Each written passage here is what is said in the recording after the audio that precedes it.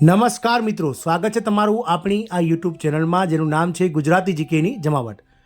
આજના વિડીયોમાં આપણે વાત કરવા જઈ રહ્યા છીએ મિત્રો કેન્દ્રીય કર્મચારીઓ કે જેઓ 48 લાખ કરતાં વધારે છે, 67 લાખ કરતાં વધારે પેન્શનર્સ સાથે જ રાજ્ય સરકારોના કરોડો કર્મચારીઓ જે છે તેમને કોરોના સમયનું એટલે કે 1 જાન્યુઆરી 2020થી લઈ અને 30 જૂન 2021 સુધીનું 18 મહિનાનું જે ડીએનું એરિયસ છે મિત્રો, મોંઘવારી ભથ્થાનું એરિયસ, તે ચૂકવાયું નથી.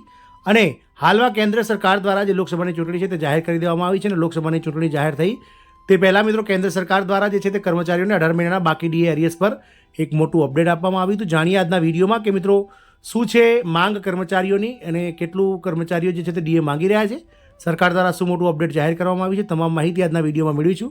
તો વિડીયોના અંત સુધી બનાવી રહેશો. અને જો ચેનલમાં નવા હોય તો અમારી ચેનલને સબસ્ક્રાઇબ કરી બાજુમાં રહેલું બેલ આઇકોન દબાવી અને ઓલ નોટિફિકેશન ઓન કરી લેજો, જેથી કરીને ચેનલ પર મૂકવામાં આવતા વિવિધ ભરતીઓના નોટિફિકેશન, વિવિધ ભરતીઓના પરિણામ સાથે જીકેના વિડીયો અને સરકારી કર્મચારી પેન્શનર્સ યોજનાઓને લગતા પરિપત્રો તમને સરળતાથી અમારા ચેનલના માધ્યમથી ઉપલબ્ધ થઈ જાય.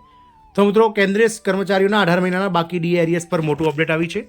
જો તમે કર્મચારી છો તો તમારા માટે આ સમાચાર ખૂબ જ મહત્વના છે. હકીકતમાં તાજેતરમાં અપડેટ મુજબ તમને જણાવી દઈએ કે કેન્દ્ર સરકારે 1 કરોડથી વધુ કર્મચારીઓ અને પેન્શનરોના ડીઆરમાં 4% વધારો કર્યો છે, જેના કારણે હવે મોંઘવારી ભથ્થાનો દર 50% થઈ ગયો છે. એટલે કે હવે મોંઘવારી ભથ્થું જે છે તે મિત્રો 46%થી વધારી અને 1 જાન્યુઆરી 2024થી 50% કરી દેવામાં આવી છે. એટલે કે 4%નો વધારો 1 જાન્યુઆરીથી મંજૂર કરવામાં આવ્યો છે, જે કેન્દ્રના 48 લાખ જેટલા કર્મચારીઓ અને 67 લાખ કરતાં વધારે પેન્શનર્સોને લાગુ પડશે. મિત્રો કેન્દ્ર સરકારના 1 કરોડથી વધુ કર્મચારીઓ અને પેન્શનરોના ડીઆરમાં 4%નો વધારો કરવામાં આવે છે. મોંઘવારી ભથ્થાનો દર હવે 50% થઈ ગયો છે.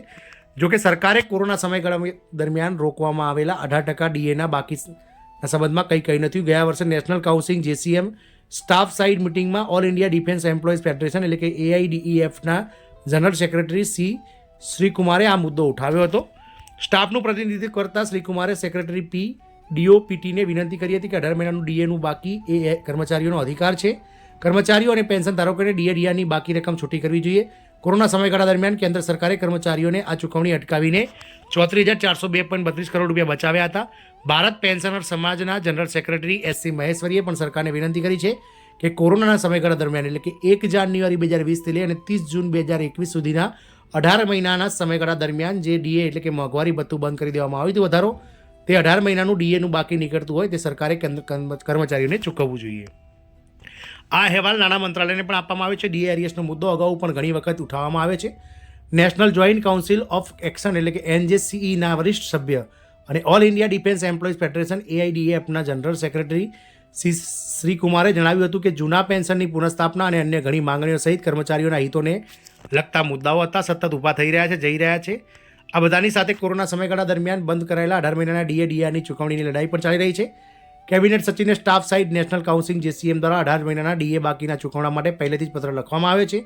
આ અંગેનો રિપોર્ટ પણ નાણાં મંત્રાલયને મોકલવામાં આવ્યો છે. કેન્દ્ર સરકારે સુપ્રીમ કોર્ટના નિર્ણયને પણ ટાંક્યો છે. આ અહેવાલ નાણાં મંત્રાલયને આપવામાં આવે છે.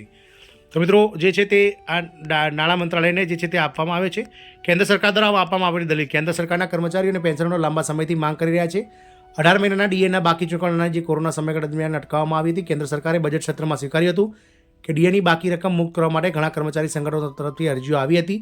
જો કે સરકારે આ અંગે કોઈ નક્કર ખાતરી આપવાને બદલે સ્પષ્ટપણે કહ્યું હતું કે વર્તમાન સંજોગોમાં ડીએની બાકી રકમ છોડવી એ વ્યવહારુ નથી. મતલબ કે કેન્દ્ર સરકાર તેના કર્મચારીઓને રૂપિયા 34,000 કરોડથી વધુ ડીઆરની રકમ ચૂકવશે નહીં. બજેટ સત્ર દરમિયાન નાણાં રાજ્યમંત્રી પંકજ ચૌધરીએ કહ્યું હતું કે કેન્દ્ર સરકારની રાજકોષીય ખાધ હજુ પણ FRBM એક્ટના દર્શાવવામાં આવતા સ્તર કરતાં બમણાથી વધુ ચાલી રહી છે. આવી સ્થિતિમાં ડીઆરની બાકી રકમ ચૂકવવી શક્ય નથી. શ્રીકુમાર સમજાવે છે કે સુપ્રીમ કોર્ટે નિર્ણય કર્યો છે કે આવા કિસ્સાઓમાં કર્મચારીઓને 6% વ્યાજ સાથે રકમ ચૂકવવું પડે છે. કોરોના સમયગાળા દરમિયાન ડીએ ચૂકવણી બંધ કરવામાં આવી હતી. કેન્દ્ર સરકારે કોરોના સમયગાળા દરમિયાન 1 જાન્યુઆરી 2020થી 30 જૂન 2021 સુધીના 18 મહિના માટે મોંઘવારી ભથ્થા અને મોંઘવારી રાહતના 3 હપ્તાઓ બંધ કરી દીધા હતા.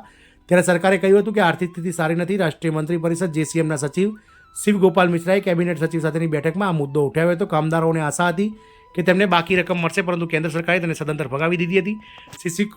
શ્રીકુમારના કહેવા પ્રમાણે સરકારનું મન ઉઠી ગયું છે. 2020ની શરૂઆતમાં તમે COVID-19ના બાના હેઠળ કેન્દ્રએ સરકારી કર્મચારીઓ અને પેન્શનરોના ડીઆર પર પ્રતિબંધ મૂક્યો હતો. ત્યારે કેન્દ્ર સરકારે કર્મચારીઓના 11% ડીએની ચૂકવણી અટકાવીને કરોડો રૂપિયાની બચત કરી હતી. જે બાદ કર્મચારી સંગઠનોના પ્રતિનિધિઓએ સરકારને 18 મહિનાના બાકી એરિયસની ચૂકવણી અંગે વિવિધ વિકલ્પો સૂચવ્યા હતા.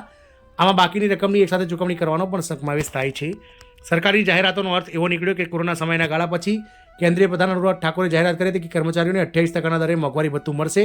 તે સમયે તેણે બાકી રકમ અંગે કંઈ પણ કહ્યું નહોતું. કેન્દ્રીય મંત્રીની જાહેરાતનો અર્થ એ હતો કે 1 જુલાઈ 2021થી વધેલા ડીએને દરને 28% ગણવામાં આવશે. આ મુજબ જૂન 2021થી જુલાઈ 2021 વચ્ચે ડીએમાં અચાનક 11%નો વધારો થયો હતો, જ્યારે 1.5 વર્ષના ગાળામાં ડીએ દરોમાં કોઈ વધારો નોંધવામાં આવ્યો ન હતો. ડીઆર 1 જાન્યુઆરી 2020થી 1 જુલાઈ 2021 સુધી સ્થિર કરવામાં આવ્યું હતું. ડીએ કોરોના સંકટ દરમિયાન જે છે તે 3 હપ્તાએ જાન્યુઆરી 1, 2020, 1 જુલાઈ 2020 અને 1 જાન્યુઆરી 2021 બંધ કરવામાં આવ્યા હતા. આ પછી સરકારે જુલાઈ 2021માં મોંઘવારી ભથ્થું પુનઃસ્થાપિત કર્યું. ત્યારબાદ 18 મહિનાના બાકીના 3 હપ્તા ચૂકવવામાં સરકાર મૌન બની ગઈ હતી. આમ સરકાર દ્વારા મિત્રો જે છે તે ચૂંટણી પછી, લોકસભાની ચૂંટણી પછી ક્યાંક ને ક્યાંક 18 મહિનાનું જે એરિયસ બાકી છે ડીએનું, એના વિશે કંઈ ચર્ચા થાય તેવી આશા છે. જય હિન્દ, અસ્તુ.